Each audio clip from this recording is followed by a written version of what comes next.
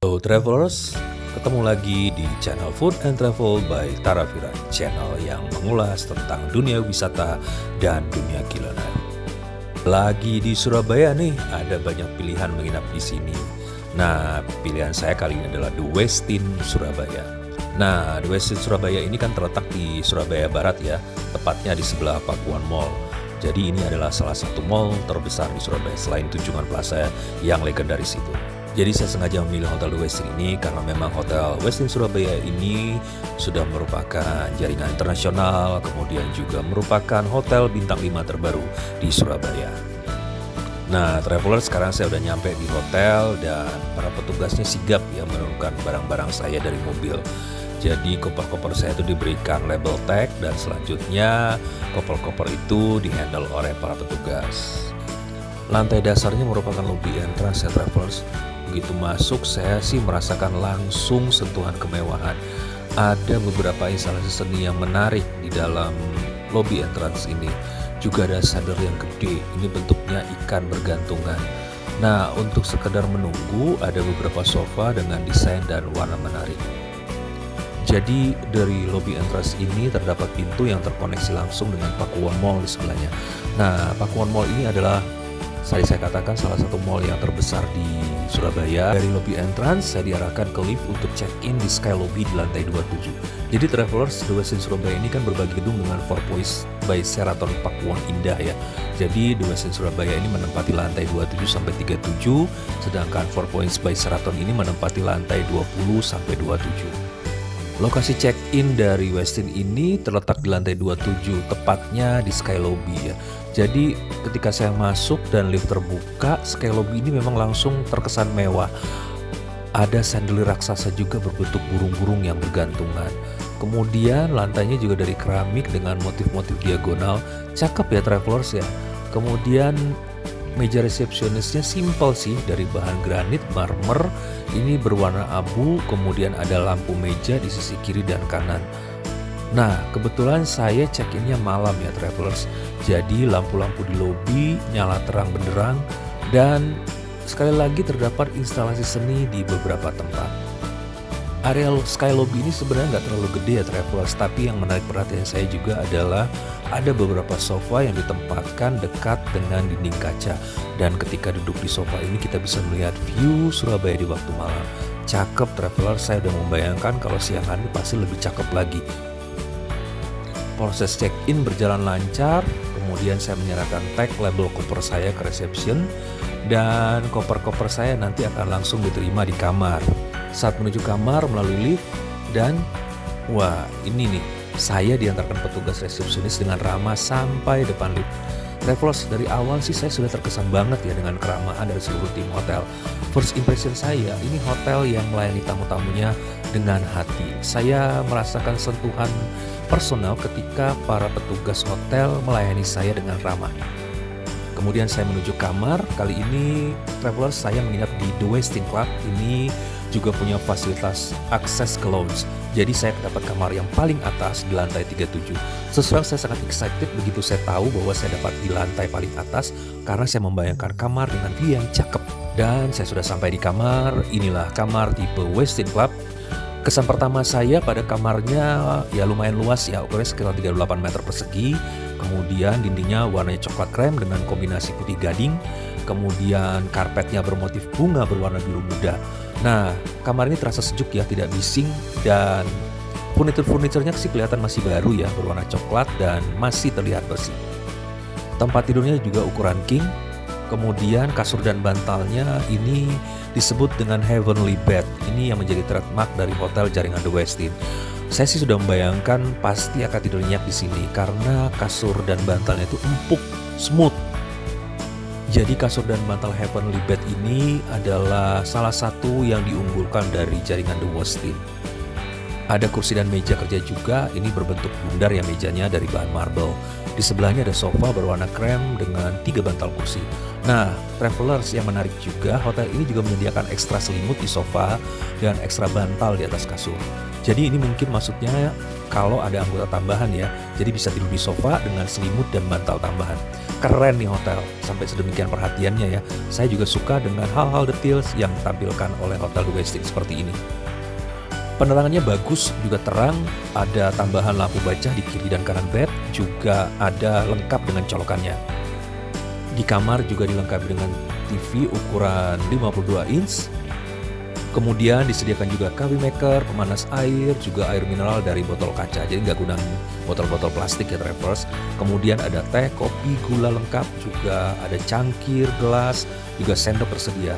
Nah, di bagian bawahnya ada kulkas. Lemarinya ada di sebelah kiri tepat setelah pintu masuk. Isinya standar ya, ada safe deposit box, ada gantungan baju, setrikaan, dan lain-lain. Kalau mau laundry, ini daftar harganya. Overall travelers, meskipun kamarnya tanpa banyak pernak-pernik di dinding, tanpa lukisan dan lain-lain, saya sih merasa suka ya dengan kamar ini karena terkesan simple, minimalis, tapi tetap elegan.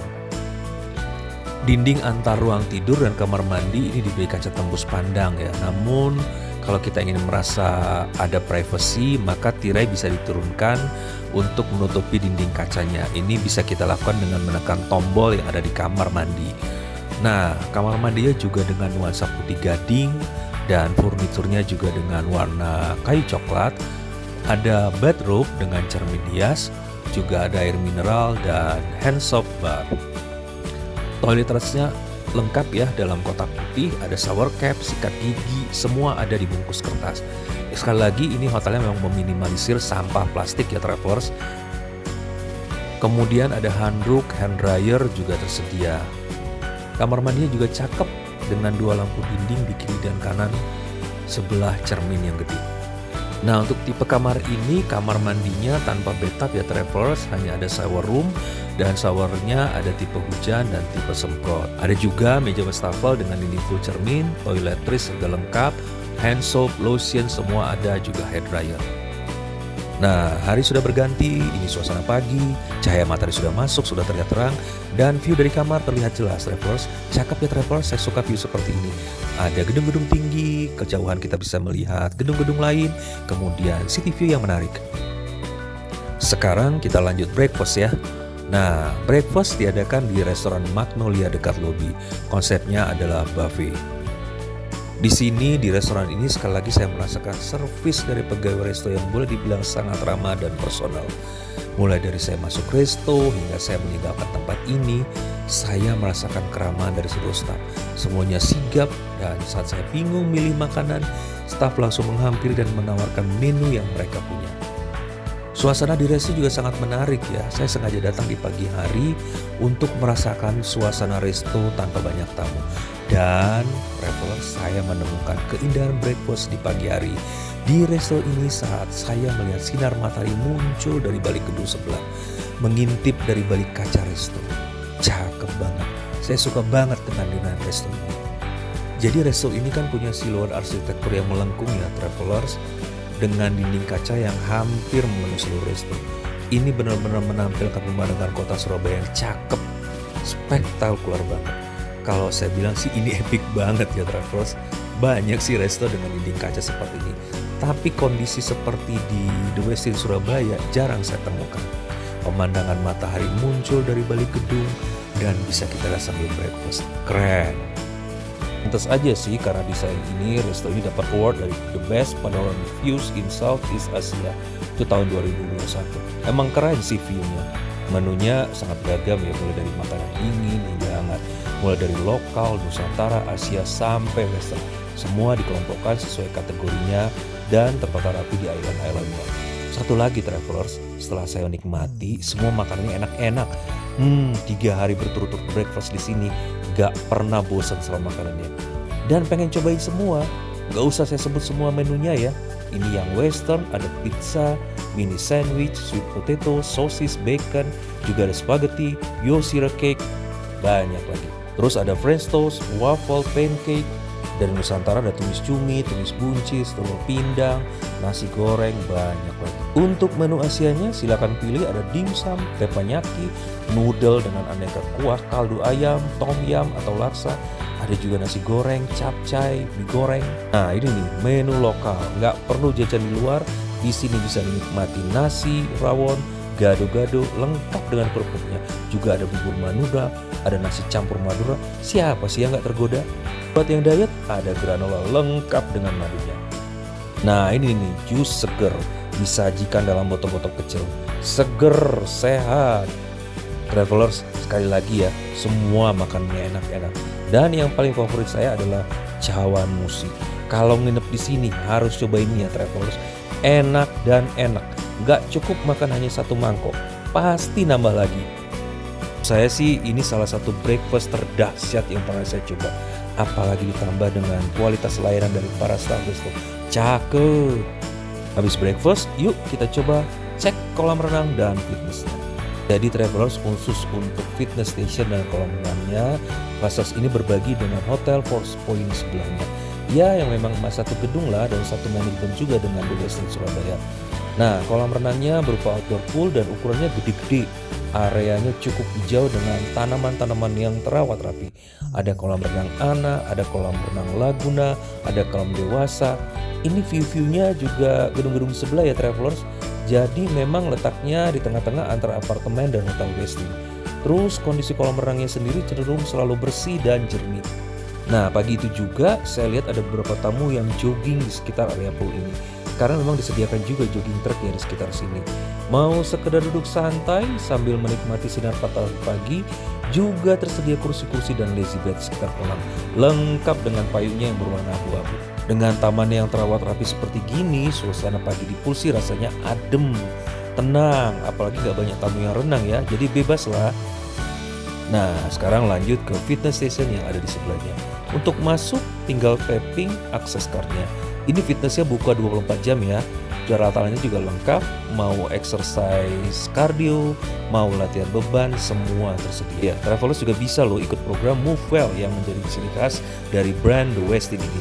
Jadi travelers bisa dibantu oleh run courses lokal yang menawarkan jalur lari khusus untuk dinikmati bersama kelompok dengan pemandunya. Ini jaraknya sekitar 5 km ya travelers di sekitar Pakuan Mall, The Westin Surabaya dan area Pakuan Golf. Lanjut ke Kids Club ya travelers. Nah, Kids Club juga berbagi dengan Hotel Four Points-nya. Lokasinya ada di lantai M3. Kids Club ini juga punya banyak berbagai permainan dan fasilitas. Jadi bukanya mulai dari jam 9 sampai jam 5 sore. Sekarang kita cobain Club Lounge-nya. Jadi travelers, Club Lounge-nya ini adanya di lantai 37. Ini satu lantai dengan kamar saya.